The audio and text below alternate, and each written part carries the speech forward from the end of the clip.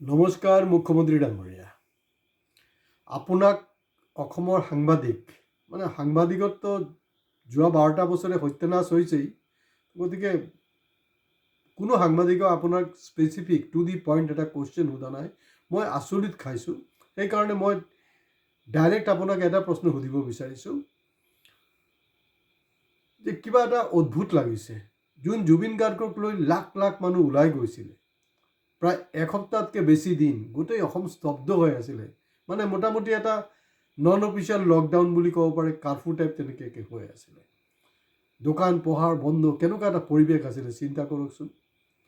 আৰু জুবিন গাৰ্গৰ মৃত্যুৰ যি লেটেষ্ট ভাৰ্ডিক্ট দিলে ছিংগাপুৰ, তো সেইটোক লৈতো সাংবাদিকে কমচে কম সুধিব লাগে ন যে আপোনাৰ স্থিতি কি, আপুনি সেই ৰায়টোক মানিছে নে নাই মনা। আচৰিত কথা। একেবাৰে খালি এই সাংবাদিকবিলাক মানে মন্ত্ৰীৰ পৰা টোপোলা লোৱাৰ বাহিৰে, পেকেট লোৱাৰ বাহিৰে বেলেগ কোনো কাম নাই নেকি? ইমানটো কি মগজত নুঘূলে নেকি? চব ঘূলে, চব চালা ধান্দাবাজ হৈ গ'ল। এই দেশৰ কি হ'ব? আমাৰ খালি নচিব ভাল কি জানেনে? আপোনালোকে বিশ্বাস কৰে বা নকৰে, বহুদিন পিছত হয়তো মানি ল'ব কথাটো যে 1947 15 আগষ্টৰ আগত আমাৰ যে এই বৰ্তমান যে মানুহবিলাক আছে বা নেতাবিলাক আছে, নেতা বাদে দিয়ক, মানুহবিলাকৰ যি মানসিকতা, তেনেকুৱা যদি 1947 আগত থকা হ'লে নহয়, আজিও দিনটোতো কিন্তু আমি ব্ৰিটিছৰ গোলামীৰ তলতে থাকিলোঁ হয়। তো এইটো হ'বলৈ আছে, এইটো হ'বই। কাৰণ মোৰ দেউতাও স্বাধীনতা সংগ্ৰামী আছিলে। তো মই দেখিছোঁ নহয় যে একচুৱেলি স্বাধীনতা সংগ্ৰামীবিলাকৰ মেণ্টেলিটিটো কি। তো জুবিন গাৰ্গৰ ওপৰত 19 ছেপ্টেম্বৰ মই ফাৰ্ষ্ট এপিছ'ড কৰিছোঁ। আপোনালোক বিশ্বাস কৰে নকৰে মই নাজানো। জাষ্ট মোৰ টোটেল বেলেগ এটা টপিকছ আছিলে যে মই সেইটোক লৈ কথা পাতিম। মেক্সিমাম 5 মিনিট বা 7 মিনিট হ'ব, তাতকৈ বেছি নহয়। তেতিয়া মই ইনষ্টেণ্ট মেণ্টেলি প্ৰিপেয়াৰ্ড হৈ এই এপিছ'ডটো কৰিছিলোঁ আৰু আপোনালোকে এইটোক যথেষ্ট সঁহাৰি জনাইছিলে, যথেষ্ট মানুহে ভিউ কৰিছে। পৰৱৰ্তী সময়তো ধাৰাবাহিক এটাৰ পিছত এটা আপোনালোকে কৰিছে। আৰু 19 ছেপ্টেম্বৰৰ পৰা মই কণ্টিনিউৱাছ কৰি আছোঁ এপিছ'ড। যদি কোনোবাই ছাবস্ক্ৰাইব কৰা নাই, আপোনালোকে ছাবস্ক্ৰাইব কৰিব। আৰু 19 ছেপ্টেম্বৰত মই কিন্তু খুব কেটাগৰিকেলি এটা লাইন কৈছিলোঁ দেই, 19 ছাবস্ক্ৰাইব কৰক আৰু জাষ্ট বেকলৈ গুচি যাওক। 2025 19 ছেপ্টেম্বৰত ৰঞ্জন চৌধুৰী কি বুলি কৈছিলে। মই কৈছিলোঁ এই গোটেই এনকুৱাৰীটো CBI হ'ব লাগে, CBI যোগেদি হ'ব, কিন্তু সুপ্ৰিম কোৰ্টৰ চিফ জাষ্টিছৰ তত্ত্বাৱধানত কথাটো হ'ব লাগিব। অকল যদি আপুনি CBI এৰি দিয়ে তেতিয়াহ'লে নহ'ব। আমি জানো যে CBI, ED, NIA সেইবিলাকত বহুত ভেজাল হৈছে যোৱা 12টা বছৰ। কিন্তু সুপ্ৰিম কোৰ্টৰ যদি তত্ত্বাৱধানত নহয় তেতিয়াও গোলমাল হ'ব পাৰে। কিন্তু এই গোটেই বস্তুটো হোৱা নাই। আৰু এই অপজিশ্যনে সেই বস্তুটোক এনগেজ কৰিব, কাৰণ তেওঁলোকতো জ্ঞানী হয় ন, চব জানে তাহাঁতি। হয়, অপজিশ্যন টেনশ্যন ল'বলৈ দৰকাৰ নাই। আপোনালোককো ফালিম, দিন আহি আছে। আপোনালোককো ফালিম। আপোনালোকে পাৱাৰত আহক বা নাহক, এই জুবিনৰ কেছ লৈ আপোনালোকৰ ওপৰতো কিছু মোৰ প্ৰশ্ন আছে। কিন্তু আজি যোনটো কৰি আছোঁ ডাইৰেক্ট হিমন্ত বিশ্ব শৰ্মালৈ।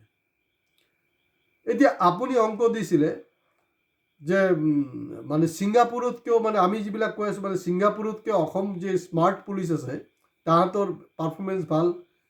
এইটো SIT ৰিপৰ্ট ছাবমিট কৰিলে, চাৰ্জশ্বিট দিলে, কিন্তু কি ঘণ্টাটো হ'ল? আজি কপতি কিবা কৰিব পাৰিছে নেকি? একো কৰিব পৰা নাই। এতিয়া কি হৈ আছে মই আমাৰ অসমবাসীক জনাব বিচাৰি আছোঁ। ইলেকশ্যনটো 9 তাৰিখে শেষ হ'ব। তাৰপিছত ৰিজাল্টটোৰ কেইদিনমান পিছতে চাব যে তেওঁলোকৰ জামিন পাই গৈছে আৰু তাৰপিছতে খালাছো হৈ যাব। জামিন পালে একো নাই। কাৰণ আমি দেখিছোঁ যে আমাৰ জুবিনৰ ওপৰত 19 ছেপ্টেম্বৰৰ পৰা যি ধৰণে ভিউ এটা হৈ আছিলে, মানুহৰ এটা উৎসাহ আছিলে, সেইটো কিন্তু লাহে লাহে চেঞ্চেক্সৰ নিচিনাকৈ ডাউন হ'ল। আৰু আমি কেলৈ কৈ আছিলোঁ যে কাৰণ মই সময়ে জুবিন গাৰ্গৰ ওপৰত যিবিলাক এপিছ'ড কৰিছোঁ তাত এটা লাইন দিছিলোঁ কি ধৰণে আচলতে এই প্ৰক্ৰিয়াটোক কৰিলে আমি সঁচাকৈ ন্যায় পাম। আৰু হিমন্ত বিশ্ব ঠিকেই কৈছিলে, শুনাত বেয়া যে 2025তো কৈছিলে যে অলৰেডি 10% জুবিন অনুৰাগী মোৰ ফালে গুচি আহিছে। আৰু মই এয়াও কৈছিলোঁ যে 2026 ইলেকশ্যন আহি পোৱালৈকে 70 to 80% জুবিন অনুৰাগী তেওঁৰ ফৈদত গুচি যাব আৰু একজেক্টলি সেইটো হ'ল এই ৰায়ৰ পিছত যোনটো এটা ক্ষোভ হ'ব লাগিছিল অসমত সেইবিলাক নাই। তো গতিকে মই জুবিন অনুৰাগীও নহয়, মই ভণ্ড অনুৰাগী নহয়, মই জুবিনক ভাল পাওঁ, জুবিনৰ গান ভাল পাওঁ, মই সংগীত ভাল পাওঁ, সিমানে। বেলেগ আৰু এইসব অনুৰাগী ভণ্ড অনুৰাগী এইসব পুংপাং বস্তু নাই। কথাটো খুব হেৰি যে মানে এতিয়া কি হ'ব, এতিয়া কি হ'ব তেওঁ ক'ব নোৱাৰে নেকি? হিমন্ত বিশ্ব শৰ্মাইতো ক'ব লাগে ন যে আমি এইসব নামানো, যে ইণ্ডিয়াৰ সুপ্ৰিম কোৰ্টত যোনটো তাত হ'ব লাগিব সেইটো আমি মানিম। কিন্তু আজি কপতি বিধানসভাত বাকায়দা আলোচনা হোৱাৰ পিছতো CBI কিন্তু এই কেছটো হেণ্ড অভাৰ কৰা হোৱা নাই। ৰহস্যটো কি আছে আৰু কেনেকৈ কি স্মুথলি ওলাই যাব আৰু আপোনালোকৰ মাইণ্ডৰ পৰা ওলাই যাব বস্তুটো। এতিয়া হয় সাংবাদিকবিলাকে সুধিব বা অপজিশ্যনে সুধিব, কিন্তু এইটো যথেষ্ট পলম হৈছে। এতিয়া ক'ব কি হিমন্ত বিশ্ব শৰ্মাই যে নাই, মোৰ কমিটমেণ্ট কি আছিলে, যদি আমি ন্যায় দিব নোৱাৰোঁ তেতিয়াহ'লে কি হ'ব, আমাক ভোট নিদিব। আপোনালোকে যোৱা সময়ছোৱাত ক'ৰবাত কিবা কৰিছেনে জুবিন অনুৰাগীবিলাকে বা অসমবাসীয়ে কিবা বিক্ষোভ তেনেকুৱাকৈ এটা মজবুত আন্দোলন কৰিব পাৰিছেনে? একদম মসৃণ হৈ আছে 2026। কাৰণ একেবাৰে উজনি অসম মানে তিনিচুকীয়া জিলাৰ পৰা বোকাঘাটলৈকে মই কৈ আছোঁ, য'ত দেখা গৈছে যে মানে কংগ্ৰেছে কৈ আছে নেকি হেৰি হ'ব, মানে পাত্তা নাপাব উজনিত, উত্তৰ অসমতো পাত্তা নাপাব বিজেপি। কিন্তু আমি দেখা পাই আছোঁ গোটেই উজনি অসমত যে হেৰিৰ যে মূৰৰ যে চুলিকেইটা আছে নহয়, চুলিটো বাদেই দিয়ক, বাকৰি এৰাই দিব বিজেপিয়ে। কাৰণ যি ধৰণে ফাইট কৰিব লাগিছিলে ফাইট কৰা হোৱা নাই। তো সেইটো সুপ্ৰিম কোৰ্টত হ'ব নোৱাৰিব কেলে? অসুবিধাটো ক'ত আছে? আমি মানি ল'ম নেকি? তো ছিংগাপুৰ ডাঙৰ না আমাৰ বিশ্বগুৰু ইণ্ডিয়া ডাঙৰ? কোনটো ৰায় আমি মানিম? বিচাৰটো ইয়াত হ'ব লাগিব। এতিয়াতো তেওঁৰ হাতত চিম্পুল এটা আনচাৰ আহি গ'ল, না আমি কৈছিলোঁ নহয় যদি ন্যায় দিব নোৱাৰোঁ তেতিয়াহ'লে আমাক ভোট নিদিব। হয়, ন্যায়টো আহিছে নহয়, ছিংগাপুৰতে হওক আৰু ইণ্ডিয়াতে হওক, কথাটো একেই হ'লতো। সঁচাকৈ অসমবাসী আৰু এবাৰ আপোনালোকে লাজ পালে। কাৰণ গোটেই ইণ্ডিয়া, মই আগতে কৈ আছিলোঁ যে অসম আন্দোলনক তথাপি অলপ মনত থৈছে, কা আন্দোলনৰ পিছতো থু পেলাইছে। এতিয়া জুবিনৰ এইখনকে যে একদম স্মুথলি ওলাই গ'ল, ঘেণ্টা একো কৰিব নোৱাৰিলে অসমবাসীয়ে।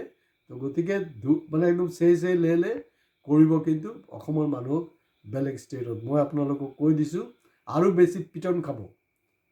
আৰু জুবিনৰ কিন্তু আত্মা আছে, সেইটো মাৰ্ডাৰ হৈছিলে না নৰ্মেল ডেথ হৈছে এইবিলাক মই চব ইছ্যু বাদ দিলোঁ। কিন্তু চিধা কথাটো হ'ল যে জুবিনৰ আত্মা আছে, আপোনালোকক কিন্তু তৰপাই মাৰিব, সেই বস্তুটো মনত থ'ব। ভিডিঅ' ভাল লাগিলে শ্বেয়াৰ কৰিব, লাইক কমেণ্টছৰ লগত প্লিজ আপোনালোকে কিন্তু ছাবস্ক্ৰাইব কৰিবলৈ নাপাহৰিব। নমস্কাৰ।